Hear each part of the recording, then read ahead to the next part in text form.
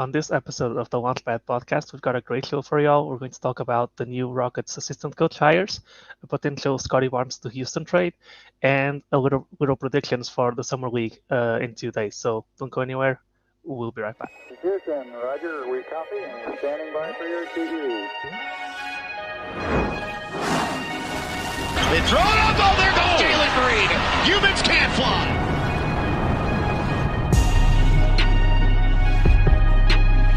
Rebound picked up by Green, who's back in. Plays it ahead of more. Back to Green. Oh, we're in time for Thanksgiving, but there's plenty of yams to go around for everyone.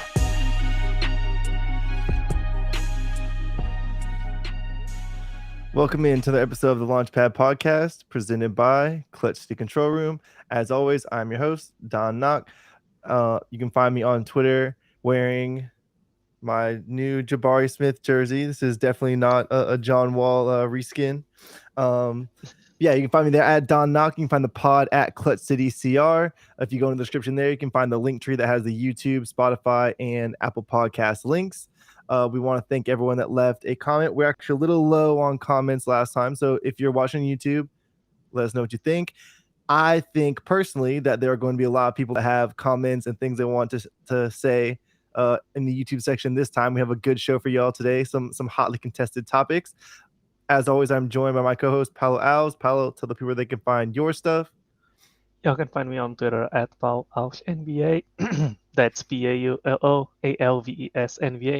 Everything I do from podcasts like this one to the live show on Twitter Spaces will find itself linked on there. And as per our contractually agreed to bi-weekly appearance, we have none other than Jackson Gatlin of Locked On Rockets. Jackson, tell the people where they can find your stuff. You can track me down on Twitter at JT Gatlin. Of course, I host Locked On Rockets 5 days a week. I host Locked On NBA Mondays. I host State of the Rockets, 17 million Rockets podcasts. And then here, we haven't had a chance to catch up in a minute, guys. Like, I'm usually here bi-weekly. We talk about whatever's going on with the Rockets, and just schedule's been so crazy as of late with the draft and everything else going on. But we've got a lot to talk about in today's show, huh? We do. And we finally have some games that are coming up. We'll talk about those in the final segment. We have some new coaches that are going to be helping out Rockets head coach Stephen Silas. We'll be talking about that shortly. And in the second segment, I think we're going to be talking about potential Scottie Barnes trades. Obviously, in the last episode, we mentioned Kevin Durant has asked out of Brooklyn, and that's, shaking up the landscape of the NBA. So in the second segment, we're going to talk a little bit about, potential trade that we heard about on the timeline earlier today. So let's start with the new coaches. Wait. You know what my reaction was when we found out that Kevin Durant wanted out of Brooklyn? Hey, Houston fans, I am so happy. The production value through the roof. I haven't even used that on LOR yet, so you guys are so welcome. We got the maiden voyage of the soundboard. I don't know about you, Paulo, but I am, for one, very flattered. I am big on production value, as many longtime listeners of this podcast, I'm sure, know. But let's talk a little bit about the new coaching hires. So in addition to Stephen Silas, we also got word that he'll be joined by Lionel Hollins, Coach Abdel Fattah, and Coach Batiste. So Jackson, you're the one that's going to be in the building with these coaches. Do you have any thoughts on these hires, and are you pleased with the way that the Rockets have rounded out Coach Silas's coaching staff? I absolutely love 2 of these 3 additions, and it's like jury's out on the third one with Batiste. I'm really not sure what he's going to bring to the table, but with Coach Mahmoud and with Lionel Hollins joining the fray on the bench with Stephen Silas. First off, with Lionel Hollins, I think he's going to come in and hopefully be able to kind of create a bit more of a defensive philosophy with this Rockets team, a defensive culture.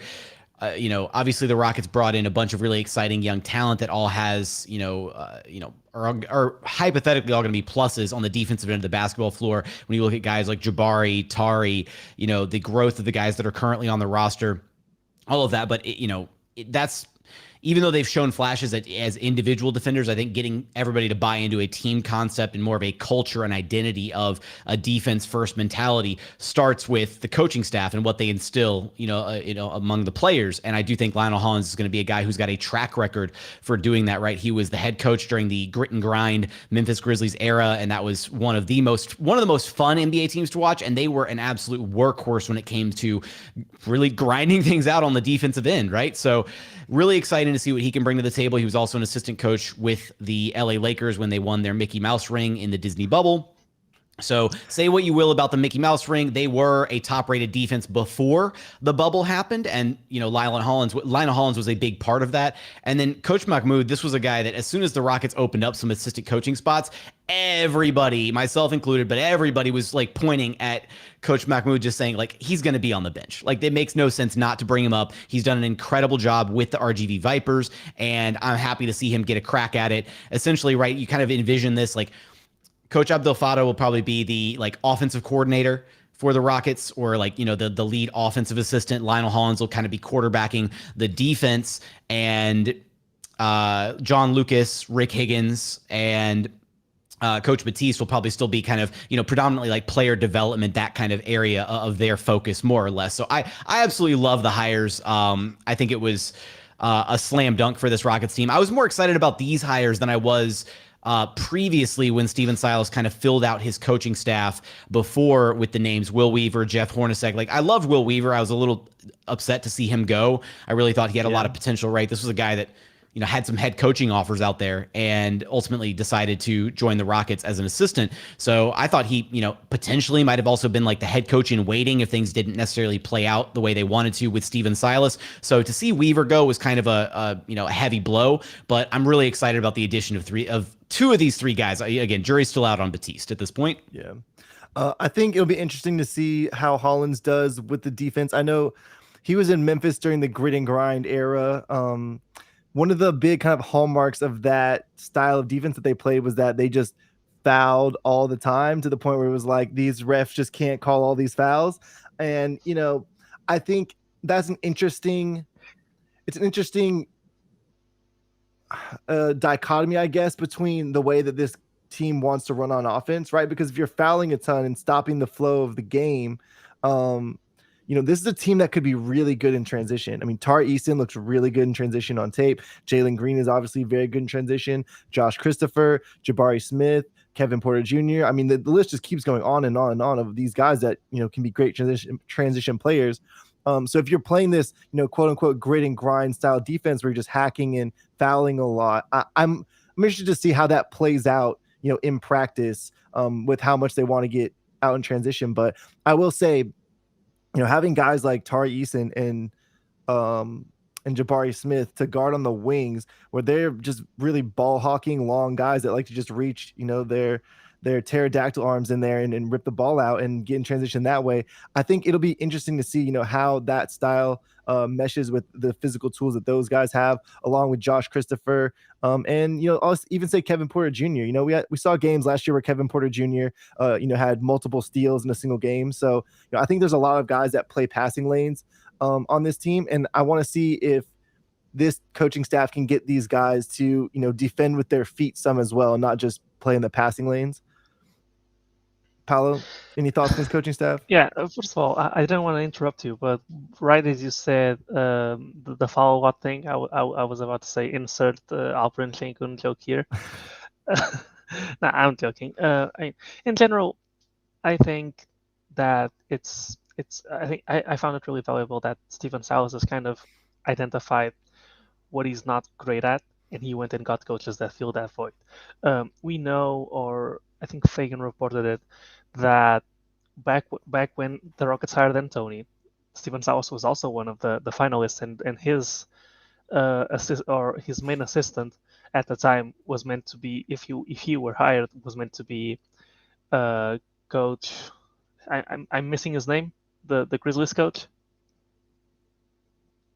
Which Grizzlies coach? Lionel Hollins. Lionel Hollins. There you go. Hollins, Sorry. exactly. Yeah. How Okay. did I forget Hollins? I was like, wait. Yeah, I know. I didn't know how you forgot Hollins. So I was like, wait, which Grizzlies coach are you referencing? And I got lost for a second. Then I realized, oh, Yeah. he's talking about Hollins. All right. Yeah. I thought you were talking about Taylor Jenkins for a second. I was like, No. what does So Taylor Jenkins have to do with the Rockets at this moment, other than hopefully encouraging them to trade Ja to us at some point?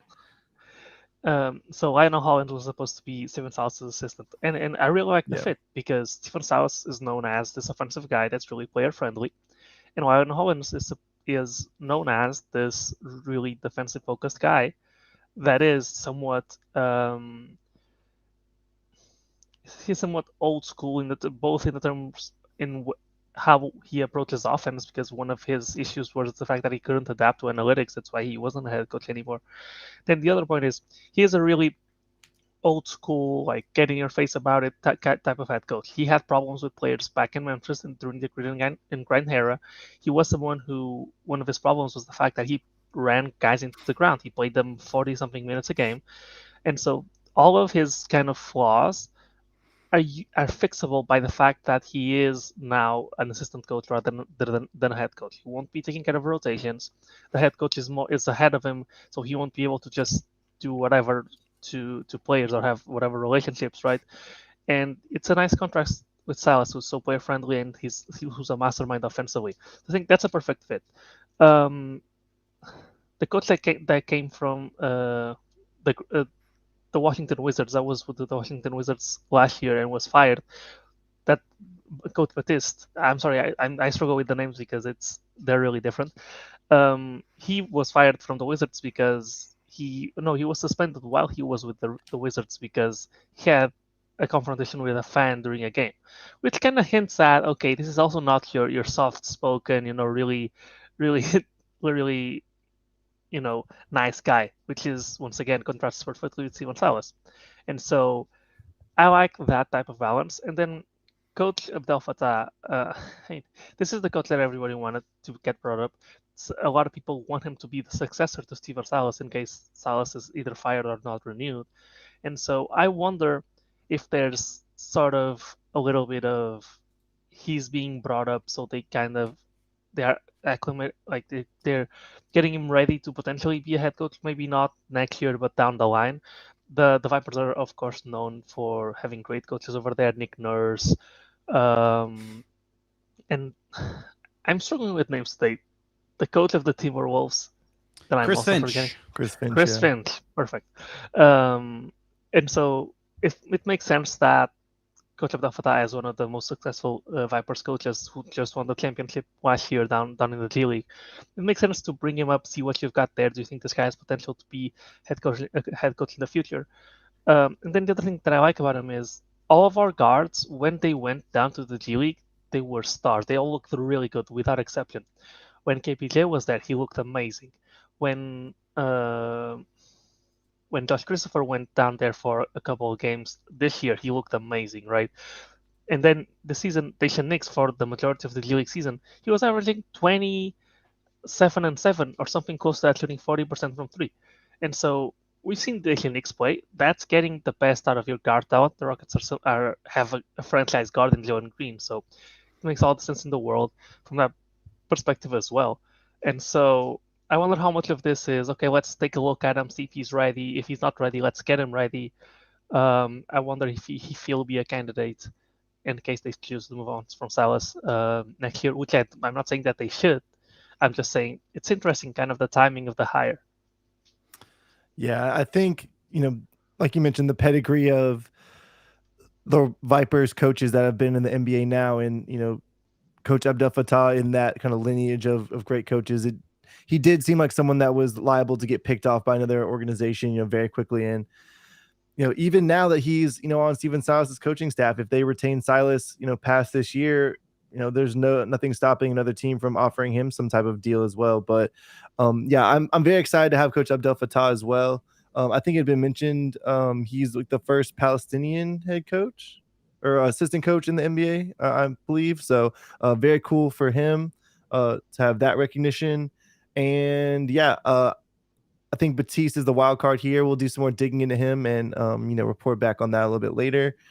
But think that's going to do it for. Well, actually, let me get one more point in here. I think I just want to comment. Wow, real quick Don, on, what if I have one more point? What the hell? Do you man? have one more point? I do. I mean, it's Okay, nothing. right. It's nothing major. It's just Okay. I do like the fact that Paulo already highlighted this point. The reporting from Jonathan Fagan that had Silas been the guy for the Rockets back in 2016, Lionel Hollins was on their radar to bring him in as more than likely probably at the time either his lead assistant or at least one of the top assistants to kind of help anchor the defense. And I just love how that mirrors right what they wound up still doing with Mike D'Antoni and Jeff Bzdelik. Right, is they brought in Mike D'Antoni, a guy who was renowned for his offensive prowess, a coach who was going to absolutely have zero issues on that side of the basketball. So what do? You balance him out by bringing in another guy in Jeff Bzdelik to quarterback the defense, to organize that side of the basketball, and there was a lot of success in doing that. So even though it's maybe a couple of years too late here with Steven Silas in the sense that like he's already got a couple of years under his belt, and it would have maybe been nice to have Lionel Hollins around from the jump instead of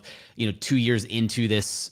I don't want to call it an experiment, but at the same time, like maybe it's the Rockets knew that they were kind of headed for, potentially a rebuild with the James Harden situation, rearing its ugly head, and ultimately Harden kind of forcing a trade. So maybe that played a role in, the names that they wanted to surround Steven Silas with originally. But at the end of the day, I'm happy with the addition now, and I'm really curious to see how it all plays out. So, yeah, and you just reminded me of another point. I wonder how much bringing Lionel Hollins in right now is a little bit of a vote of confidence for Steven Silas, right? Because this is clearly someone that Silas liked.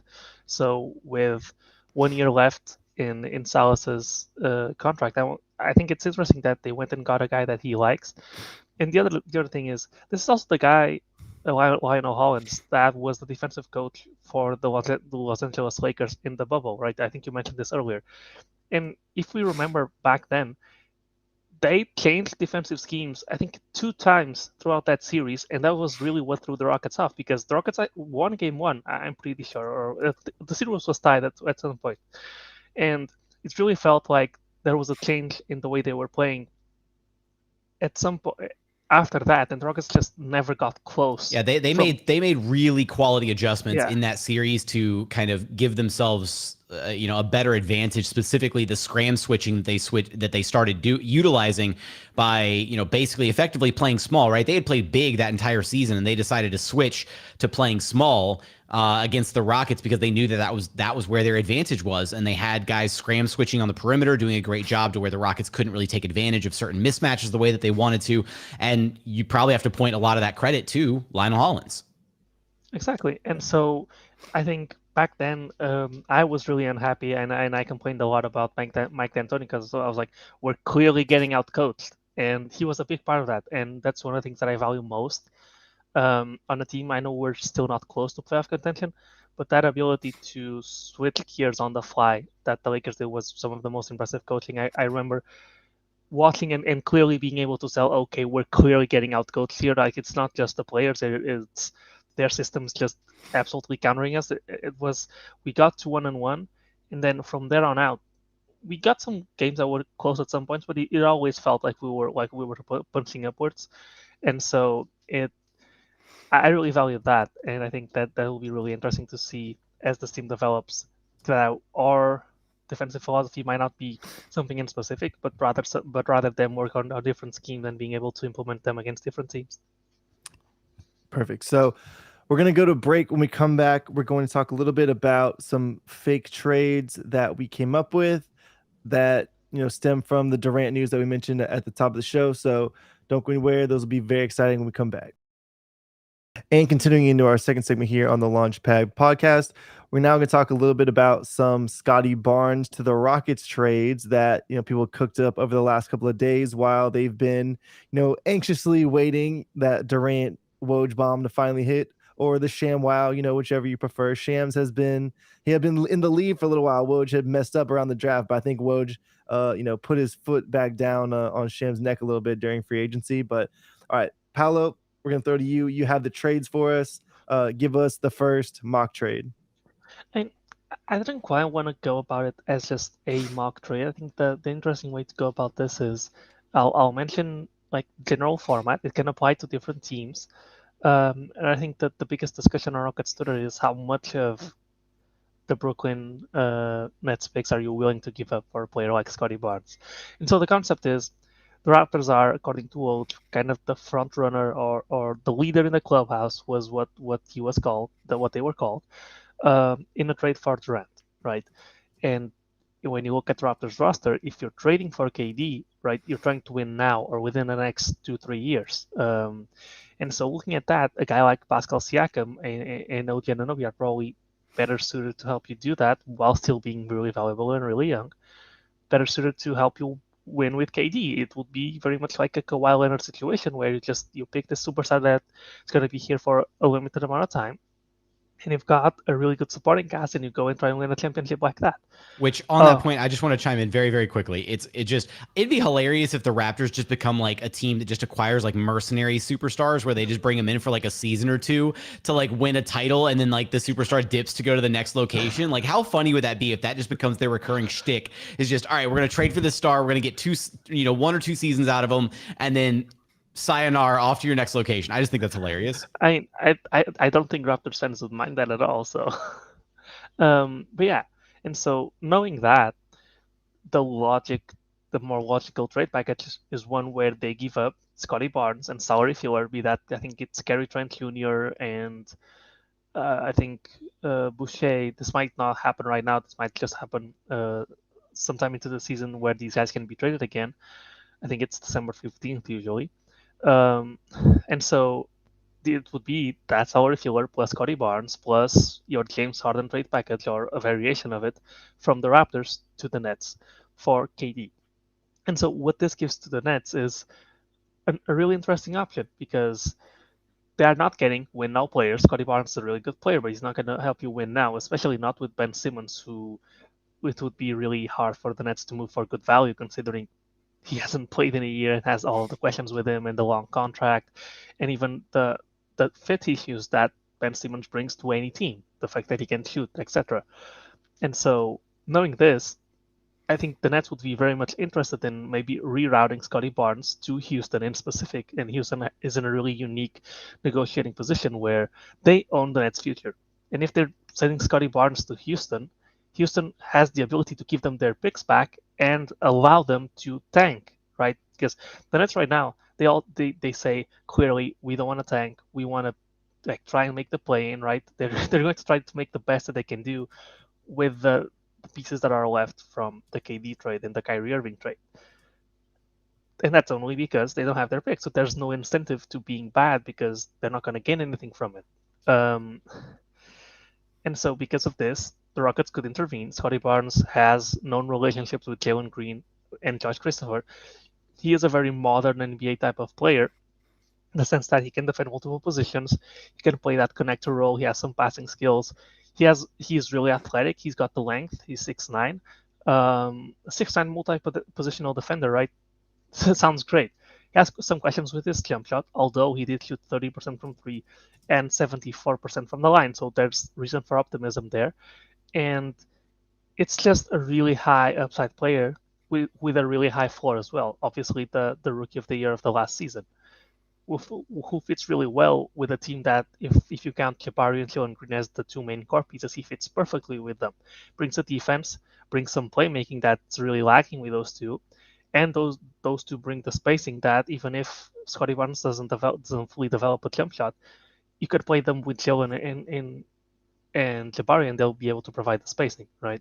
And so, from this standpoint, I think the question becomes, if this is a scenario that's on the table and the Nets do want to remain flexible in whether they tank or try to be good, how much of the Brooklyn package are you willing to give back to the Nets? The Nets, the argument from the Rocket side is these picks are more valuable to the Nets than they would be to any other team in the league. And the other thing that the Nets bring that's unique is if the Rockets want to trade the swaps to any other team in the league, they need to trade their own side of the swap, which means even if the Rockets are the worst team, the team you're trading the pick to, keeps the pick anyways. You no longer have that pick. What you can do with the Nets is you can undo the swap. And so you no longer can swap the pick with the Nets.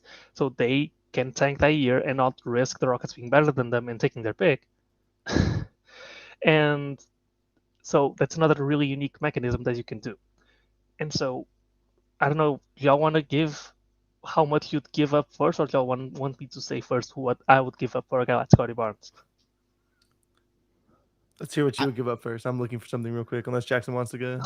I mean, I love this discussion because I love how unique this situation is, because it's almost like there were some discussions that I remember going into last year's draft surrounding the Rockets pick and the potential swap to OKC and all of that. I remember discussing a few scenarios in which the Rockets would potentially be able to pay off OKC to remove the swap off of that pick, right? Because the Rockets looked like they were going to be the worst team in the NBA, and losing that pick, had it fallen to 5 and completely missing out on a top prospect would have hurt. So like these hypotheticals of what would you be willing to forfeit in order to like regain control of your own destiny, that's a really like fun position to be in when you're the team operating and negotiating from the position with the leverage. And that's exactly where the Rockets find themselves in this position with the Brooklyn Nets. So for me, I think the argument it kind of boils down to, right, you're going for a known quantity in what Scottie Barnes is right now. I mean, he's already won Rookie of the Year. He is a piece that can mesh with, a variety of other stars on a roster. He can be, like you said, that kind of connective tissue piece to a team. Imagining him playing, either the 4 or the 5, maybe even, hypothetically, he could play the 3, like situationally. I mean, he's got the defensive chops, I think, to do it, but 4 or 5 pretty much, right? But just a lot of positional versatility with him. And when you look at all the pros that he brings to the table, I don't know, worst case scenario for the Rockets would be like, if the Brooklyn Nets decide they want to flip Kyrie Irving for Russell Westbrook, right? And let Russ just be the guy who's going to raise the floor just high enough to where those picks are going to be like late lottery at best kind of thing, then, suddenly the Rockets are in they're in a crappy position because they, those picks aren't going to convey as top assets, right? They're not going to convey as top 5, top 3 pick or whatever. You don't have the Brooklyn Nets finishing with a bottom record, all that kind of stuff, depending on how they navigate this trade with KD. And so I think you're running the risk of, if you don't capitalize on the picks right now, you're running the risk of them not being worth their maximum top dollar value if you try to hold out and just kind of see how the situation plays out with Brooklyn.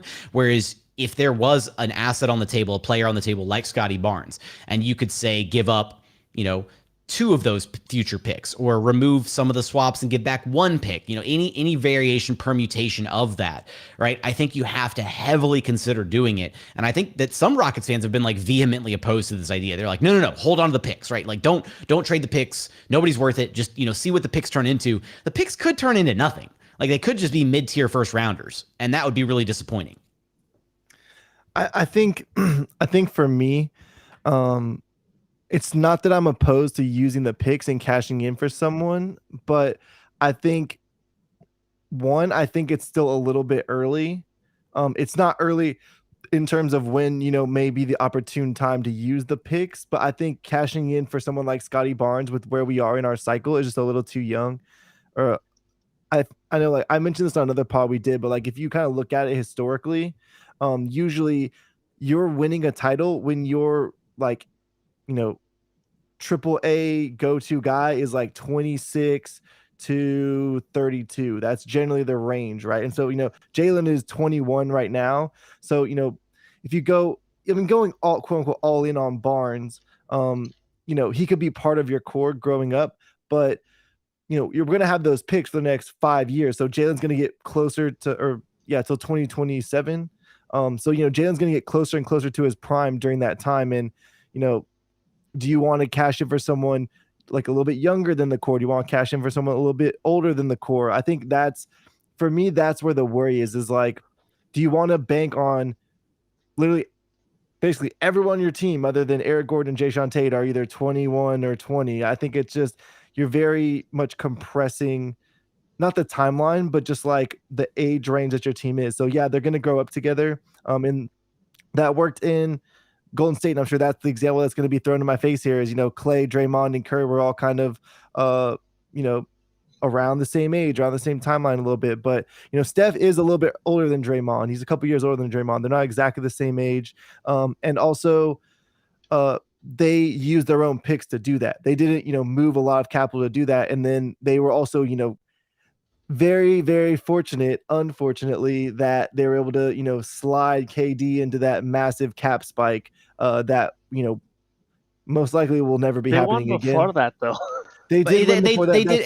They won before that, and there was a lot of injury luck in that title. I just want to point that out. There's a lot of injury luck in that title. Like I think one of the first things you said, right, is the idea of like cashing in on a guy, and like Scottie Barnes, and maybe it would be too soon to cash in. And I think that the distinction here needs to be like if the Rockets were going to cash in those picks on an established star, like right now, like a disgruntled star from another organization who wants out, a KD, if you will, right?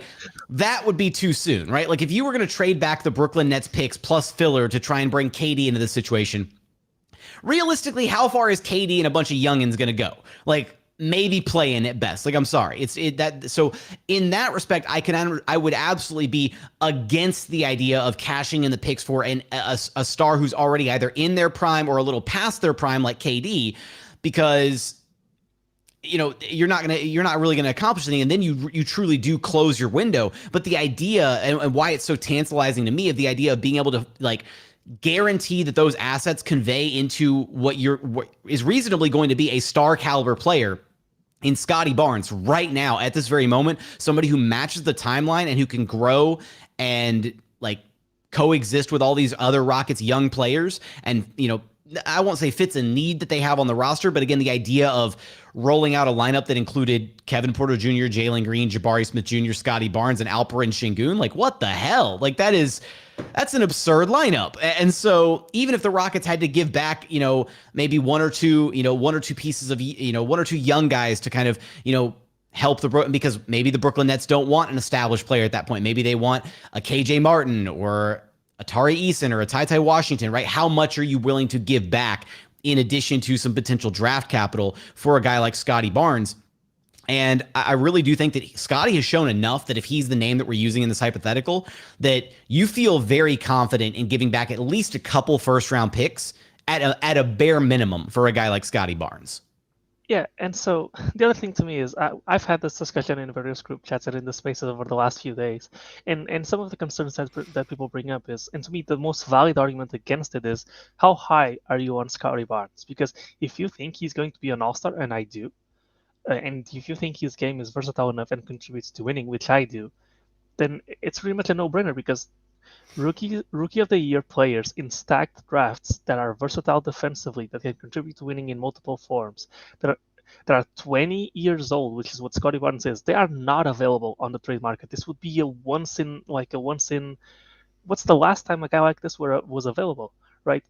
This would be a unique situation where you can have your young core grow together and they fit really well off the top. And would you say that that's not the case when Brandon Ingram was available? No, because the Pelicans didn't have a young core at the time already established. But the Lakers had a young core that they're trading. I'm saying, you said when's the last time was a player that of like this stature was available? And I'm saying when Brandon Ingram got traded. Yeah, Ingram was the last guy available, but that situation, it's weirder. Yeah, right? I wasn't comparing the situations. I was mentioning a player of that caliber being available, because you like the way you framed that was like, this hasn't happened since 1939 when we were playing in dirt with Converse shoes, and I was like, let's slow down here. Someone got traded of this kind of stature like a few years ago. But I mean, it's not usual. Like, those things usually don't happen. And even Brandon Ingram was 4 years ago. So it's a really unique opportunity as a rebuilding team. And then the other thing is, people bring up, you're going to have to pay these guys all at the same time. Let's imagine that and this would be an awesome problem to have, that both Jalen and Jabari and Scottie Barnes are max players in 4 years.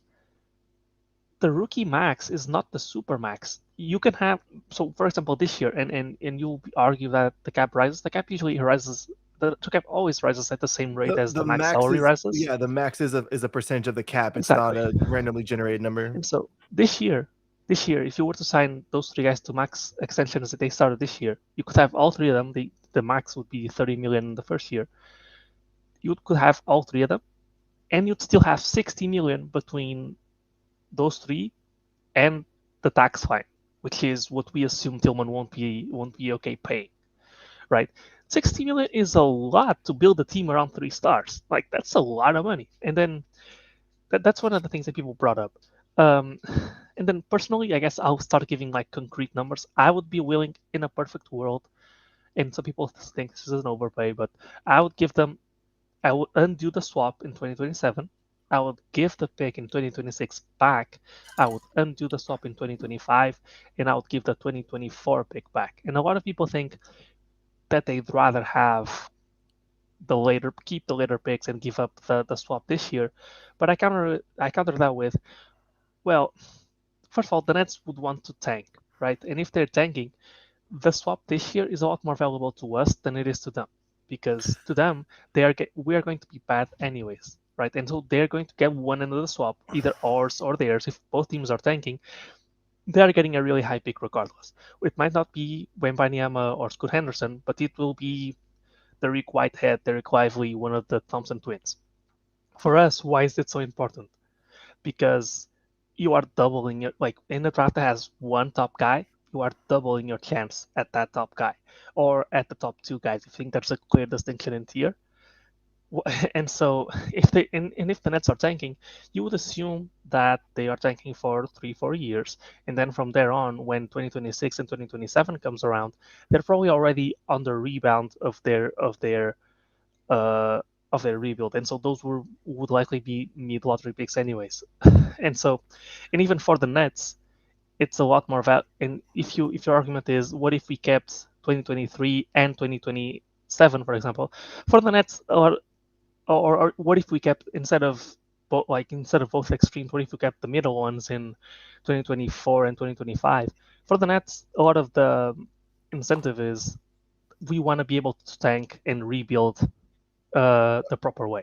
Okay, that's why the Nets. Hold on. Let me jump in right there. So when the Nets had to like torpedo their franchise last time, right? And they traded for all the guys from Boston, and they brought those guys in. When those guys left, the Nets, had given all the picks to Boston, and they had to start over from scratch, right? Those guys, when they were aging out, had no trade value. They had no value where they could try to recoup any of the assets that they used to get those guys.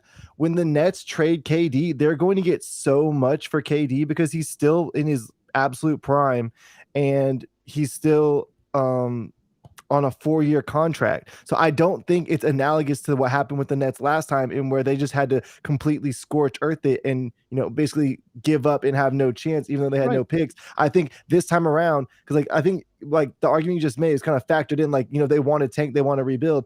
It wouldn't surprise me if they don't want to tank and they don't want to rebuild. They want to, get some star play, like young star type of player in. And the argument is to bring some guys in, because the argument is built, but the argument is built on the factor that if the Rockets are getting re-involved in a trade with the Brooklyn Nets, it would be because they want those picks back to then control their future, which would probably ipso facto mean that they want to tank, right? Like what other? If they don't. Even if they don't want to tank, if they have their picks back, then they can leverage those picks again, right? The fact that they have no picks currently is why people think that they have to completely tank again. Once they have those picks back, then they can use them to do other things with. And they don't have to. That's the weird thing to me, is because all the arguments that I've heard around this entire situation is that the Brooklyn Nets need to be relevant because they have zero reason to tank currently because they don't own their picks, and they also and so that's the argument that I've heard. Whereas right now you're saying that they I haven't heard the argument that you posed. If they get picks back in, right, then they can now do things with those picks that they currently have, right? Like that was the point of, which team was it? But they can get those picks back in from anybody besides Houston is the thing, right? They can get a mountain of picks from any organization out there that wants to mortgage the picks. The unique factor about the picks, if they come back, the Brooklyn Nets picks from Houston back to Brooklyn, is that then it would allow the Nets the opportunity to tank, which is why I think if a trade were to happen between the Rockets and Nets and a third team party in some capacity, it's with the intention that Brooklyn is planning on tanking this upcoming season, which is why in Paulo's, hypothetical of the picks that he would give up, I would actually flip that, and I would actually give them back the swap on this upcoming season, because I feel like that is the pick that they're going to most want. Is they're going to want to bottom out immediately this season. If they trade back for the picks from Houston, they're going to want to just say, you know what, hands up, screw it. We traded KD. We're going to suck for a little bit. They want full control of their pick this upcoming season. I know it'd be great to have that swap in place, but I think that's going to be, or that would be, the deal breaker or the hang up on any potential Houston, Brooklyn, like returning of pick packages, because they're going to want to immediately be able to pivot into, okay, we're going to suck for this season. Maybe we walk away with Scoot Henderson. Maybe we walked away with Wembanyama. I mean, I don't know. And they won't have that opportunity if they don't have control of this upcoming pick. So I would give back that one, and I would actually hold on to the 2026 pick. So I'd knock out the three. I'd knock out the 3 swaps, and I'd give them back 2024, and then I'd hold on to 2026. You think You're forgetting that they have all-star Ben Simmons, who's going to prevent them from being the worst team in the league. You're very true. I apologize for the disrespect towards Ben Simmons' name. And so I guess my what I was trying to say is, yeah, even if they tank this year, right? I wonder if they value the absolute top end, which is, so if we assume the Nets are the 5th worst team in the league and the Rockets are the 4th worst team in the league, I guess my argument was that they would value the versatility of still having 2026 in case the rebuild goes wrong, rather than the difference between, if the Rockets or them win the lottery and the other team doesn't, then the Rockets would, one of the picks would be pick 4 and then the other pick would be pick 1, for example. My argument was kind of, I think they would value having back 2026 rather than the jump between 1 and 4. But even then, I guess it's definitely debatable. But to the point, also, hang on, worth chiming in here. Instead of also just like outright giving back all these swaps and picks and whatever, they could just be amended. Is the other, like, there's so many different rabbit holes we could get down here, right? Instead of just saying, all right, here, take back all the pick swaps, take back all the picks. It could just be, all right, we're gonna amend this pick swap to where it's top 4 protected, top 5 protected, right? Like, variations of what the Rockets and Oklahoma City Thunder did back during the Russell Westbrook Chris Paul swap. So maybe that's something that, again, there are people who get paid much more money than any one of us put together who can haggle over, what the specifics of this deal would ultimately look like.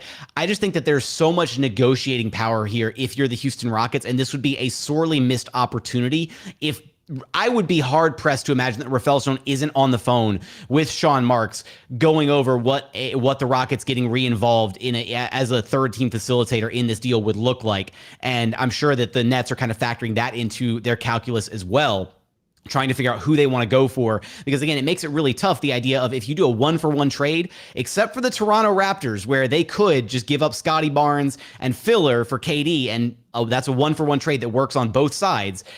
Even then, if you're the Nets, it's kind of weird, right? Scottie kind of duplicative with Ben Simmons, then you got to find a home for Ben Simmons, all this stuff. Any other teams out there of the rumored teams to be interested in KD, like, they would have to give up an established star player to make the trade palatable. And then if you're Brooklyn, you're still in the position of, okay, well, great, we got a lesser player for KD, and now we're going to be stuck in NBA treadmill of mediocrity in the middle of the pack, and that's where nobody wants to be. No team wants to be stuck there unless you're the Kings. Let's hold this thought real quick, and let's go to break. And when we come back, we'll talk a little bit more about this, and then we'll talk a little bit about summer league predictions. Sorry. So don't go anywhere. We'll be right back. And we're back. Don, you don't get to rejoin the podcast. I'm the host now. I'm taking over. The conversation is still good. I'm singling you out. Okay, you're not the host. No, I'm joking, guys. So getting back to the conversation, because I think that was really interesting. I think that's what the Nets want. I think that the hard part about it is, because they have Ben Simmons and he's a designated rookie extension player, they can't get any young stars because they're all on max contracts signed after their rookie contracts. And so they can't really, there are really few teams that can actually get them a star. And so I think the beauty about this trade as well is, besides them getting their picks back, they would also probably get picks from Toronto. I don't think it's Scottie Barnes for KD traded. I don't think it's a straight up trade, and so they would be very much in a really good position where they have Ben Simmons. If they wanna, they can play Ben Simmons and re-up his value as a rebuilding team. They have a lot of shooters, so they can be somewhat like they can sell tickets with Ben Simmons was a bunch of shooters plus, even if they're a bad team, and then they can flip all of these role players at the deadline that they're going to give max like big roles to. They can develop Cam Thomas, for example, as well, and so they're in a position where They they're just tanking. signed TJ Warren, so let's get to add that to the equation as well. Yeah, no, that's a perfect guy to have the ball in his hands a lot for the first 3 months, and then flip him to a contender because he's on a minimum contract and he's overplaying his value. And so they're now in a situation where they can tank. They're going to get a premium asset in a premium draft at the end of the year. They're upping the value on their current assets, and they have another team's future in their hands, just like the Rockets have, and they would be in a really similar position to what the Rockets were a year or two ago. Eventually, no NBA team is going to own their own draft picks. Every team is just going to own every other team's picks, and it's going to be the funniest thing. Completely slightly random sidebar here. Like, my mom, who does not care about sports in the slightest, was like, has been like, she like checks out the show occasionally. She'll like ask me, she's like, so what's up with Jabari Smith? And I'm like, oh, you're so sweet for like actually like, you know, humoring me. She's like trying to learn how like draft picks work and stuff. And like, I'm explaining picks to her, and she's just like looking at it like somebody's trying to explain like advanced calculus. And I'm like, I know it's really dumb. Like, no team actually owns their own picks. And like, she'll be like, wait, so this team owns this pick? How did they get this one? And I'm like, I'm trying to like boil it down as much as possible. It's just hilarious to somebody who's not used to it. Back in 2014, they traded their second rounder to this team and traded to this. Like, it's crazy when you actually. You look like the meme from It's Always Sunny in Philadelphia, where you're like at the conspiracy board and you're like, ah. So we have to move on to the summer league stuff. So I think it would be cool to close with just rotate and give what you'd give up in this Scottie Barnes specific thing. Personally, as I said, I would give up 2027, 2026, 2025, and 2024. 2 of these are swaps, so I would undo the swaps in 2 of them, and I would give straight up the picks in the other 2. I could be persuaded to maybe change protections in some of these and give up the. I would also be willing to do what Jackson said and undo the swap this year, and be a normal team in the lottery, and then give up 2024, 2025 swap, keep 2026 pick, and give up 2027 swap again. I would also be down for that. But ultimately, the equivalent value of 2 picks and 2 swaps is basically what I would be willing to give up for someone like Scottie Barnes, because I think that's instantly one of the best young cores in the league, and the Rockets are already pretty close to having the best young core, but I always think that would be the clear-cut best young core. They'll fit together great. The defensive mentality of this team would be great. Scottie Barnes is another great locker room guy, and he's friends with Jalen Green and Josh Christopher, who are not 2 important players for this team. There's a lot to like there. It might be really expensive, but I don't think ultimately we'll end up, if we don't do the trade, we will end up getting out of the Brooklyn picks as much value as what Scottie Barnes is worth. Couldn't have said it better myself. That's pretty much where my head is at, and you already re-upped on what my trade version would have been. Again, I do think that's going to be the deal breaker in this hypothetical scenario, would be that 2023 swap. So yeah, I'd give up the 2 swaps or 3 swaps, 1 pick, and I'd want to hold on to one of the 2 like actual picks, because I feel like the pick itself, as far as trade value, has some, has a little bit more like intrinsic value than a swap does, because then that becomes like another trade chip that you can use as an organization further down the line. And I think that's the trade-off there, is if you're giving them the olive branch of, all right, here's your pick back in 2023. We know this one's really important to you because you're going to suck right away. Like, I feel like they could acquiesce to the idea of holding off on giving back that 2026 pick outright. And then, like you said, right, maybe floating in some protections or stuff. But straight up 3 swaps, 1 pick back to Brooklyn for Scottie Barnes and putting them in control of their own future. That's a huge win, I think, if you're Brooklyn. I would not give them 2 Brooklyn picks back. I would maybe give them 1 pick, undo 2 swaps, I would give them one swap back, one of their picks back. I would amend one swap, and I would give them the Milwaukee pick, and that's probably about as far as I would go. Don coming out of left field with a completely unrelated pick to this entire package. He said, "You know what? You can have Milwaukee's pick. How's that?" Yeah, I don't care about that. You're going to take Milwaukee's pick, and you're going to like it. Yeah. Okay, this would be another tangent, but you're so exasperated in this podcast, Paulo. Just so much. Because I'm like, why don't y'all like my Barnes trade? Why are you throwing out other Barnes trades? No, because I worked so hard on this. I really like this convo. Is there? We're gonna have to do an overflow space after we're done recording the pod. Is there any young player in the league other than your obvious untradables from a team that might trade for KD that you'd take for a bigger package from Brooklyn Don? Evan Mobley. Is Jaylen Brown an untradeable? No. I think for KD, probably no. Jaylen Brown.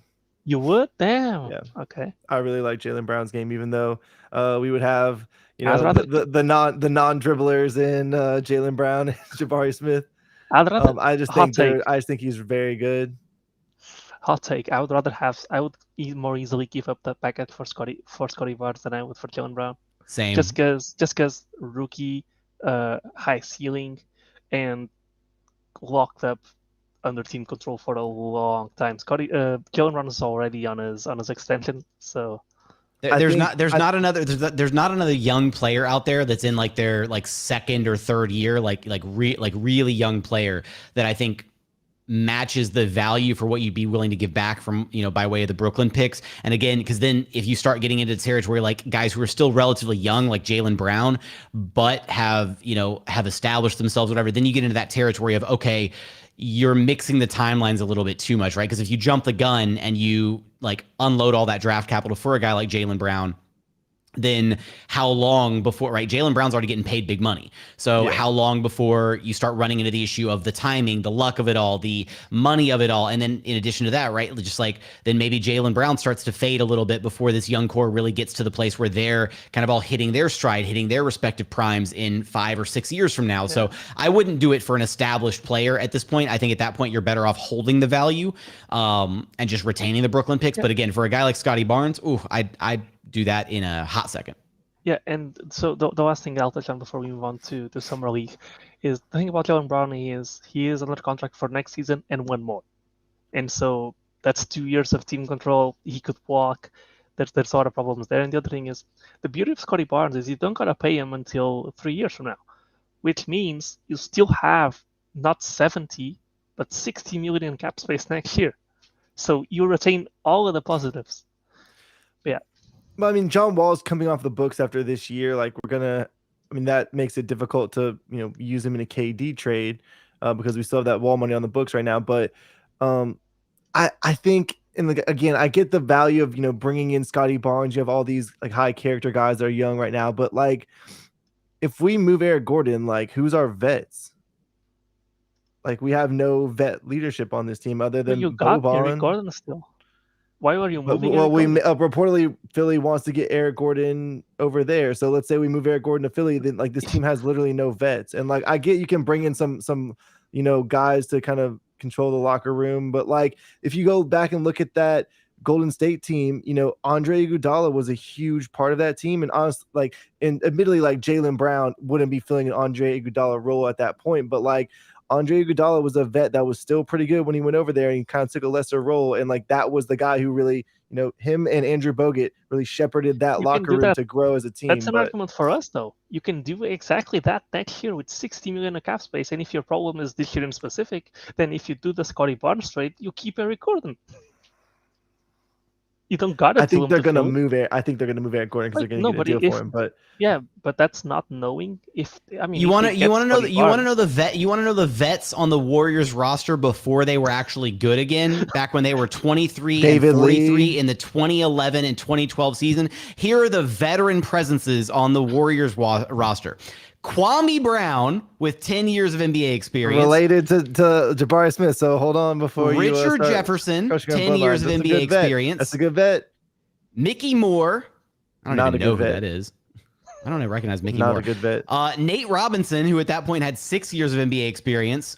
Monte Ellis, who was going on 6 years of experience. And at the time, Steph Curry had 2 years of experience. So again, I think we're kind of overblowing the idea of the need for veteran presence on the roster until this team is ready to actually start competing again. I think there's like a middle ground where when you're a brand new rebuilding team, yeah, you want to have a couple vets on the roster to teach the rookies how to be NBA players. I still feel like we're at that point. And then I'm saying, so I think there's a slight dip though, where like the rookies who were taught up last season, right, who got like the lessons and the know-how from guys like EG on the roster, whatever, those guys are going to be able to then impart that knowledge, to the next crowd of guys, right? It's not like we're bringing in we are bringing in another batch of rookies. Yeah, we have 30 new rookies, yeah. Scottie Barnes made the playoffs. But Hello? my point is, they had other vets on that team. Scottie Barnes was not the driving force and the vet leadership on that team. It's just this year. You got 60 million in cap space to bring on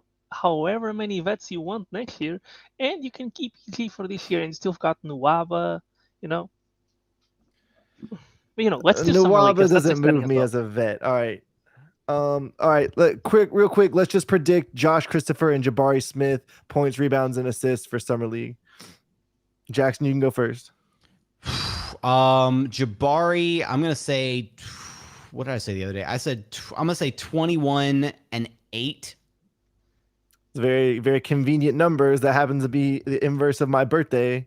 21, so I see you're pandering to me right now. I'll say 21 and 8, and I'll say 2 assists. And I think he's gonna average like 4 triples a night. Like I think he's gonna get like 4 or 5 triples a game. It's gonna be absurd. Josh Christopher, I feel so weird trying to do a prediction for him because I don't know how much they're actually going to rely on him, right? Like he's going to go out there, he's going to ball out, but I wonder if, and I made this point the other day, I think that maybe Josh Christopher might be viewed as like the Eric Gordon of this group, right? Where he goes out there and he's there as kind of like a safety blanket, for these other guys, rather than being like a focal point of what they're trying to achieve, because they're going to have Dacian Nix, they're going to have Ty Washington out there, kind of commanding the basketball, steering the offense, that kind of thing. So I don't know. I'll say Josh Christopher 25 and 5 if he's playing if he's playing like full-time minutes. Okay. Like full-time starters level minutes. Yeah, 25 and 5. No rebounds. No. What is 25 and 5 mean? I thought you said 25. Oh, no, 25 and 5. Okay, there you go. 20/5/5. There you go. That makes more sense. All right, Paulo. I'm gonna go for Jabari. He's gonna get a lot of shots up. I think we got a lot of defensive players and kind of little offensive players. So I'm going to go 26 and 7. 7 rebounds, of course. And I'll spice it up because I don't want to predict Josh Christopher. I'm going to go with Ty Washington's stat line. In games he plays full minutes. He's going off script again. What are you doing? All right, go ahead. I can do what I want. I'll go 14, 3, and 5. All right. Well, since Paulo did a DNP CD on Josh Christopher there, Josh Christopher, who I asked specifically for you to get a picture with, and this is how you repay me. He's gonna play like one game. He's too good. Okay. Anyway, so my predictions: I'm gonna say Jabari Smith. I'm gonna say 18, 7, and 3. I'm going to say Josh Christopher 22. I think Josh Christopher is going to do a lot. Honestly, I think people are going to be mad he's doing too much. 22. 6 and 4. There we go. All right. Everyone please speak now, forever hold your peace. If people get mad because Josh Christopher's doing too much, man's 21 years old. What you People mean? got mad. People will get mad. Trevor Hudgens is going to cook. Trevor Hudgens is going to cook, especially in the last 2 games. Once everybody gets shut down, I'm calling it right now. Trevor Hudgens is going to have a 30-point game. Calling it right now. Trevor Hudgens is this year's Armani Brooks in Summer League. I'm going to say Aaron Gordon puts up 10 points one game. How about that? It's a wild prop bet for y'all. Love that. Wait. Again, Trevor- Bro, do you need to like do some yoga and relax? this man needs Like, some oxygen or something. Like, God. something. Trevor, this is because I was setting up for a joke and I was kind of nervous.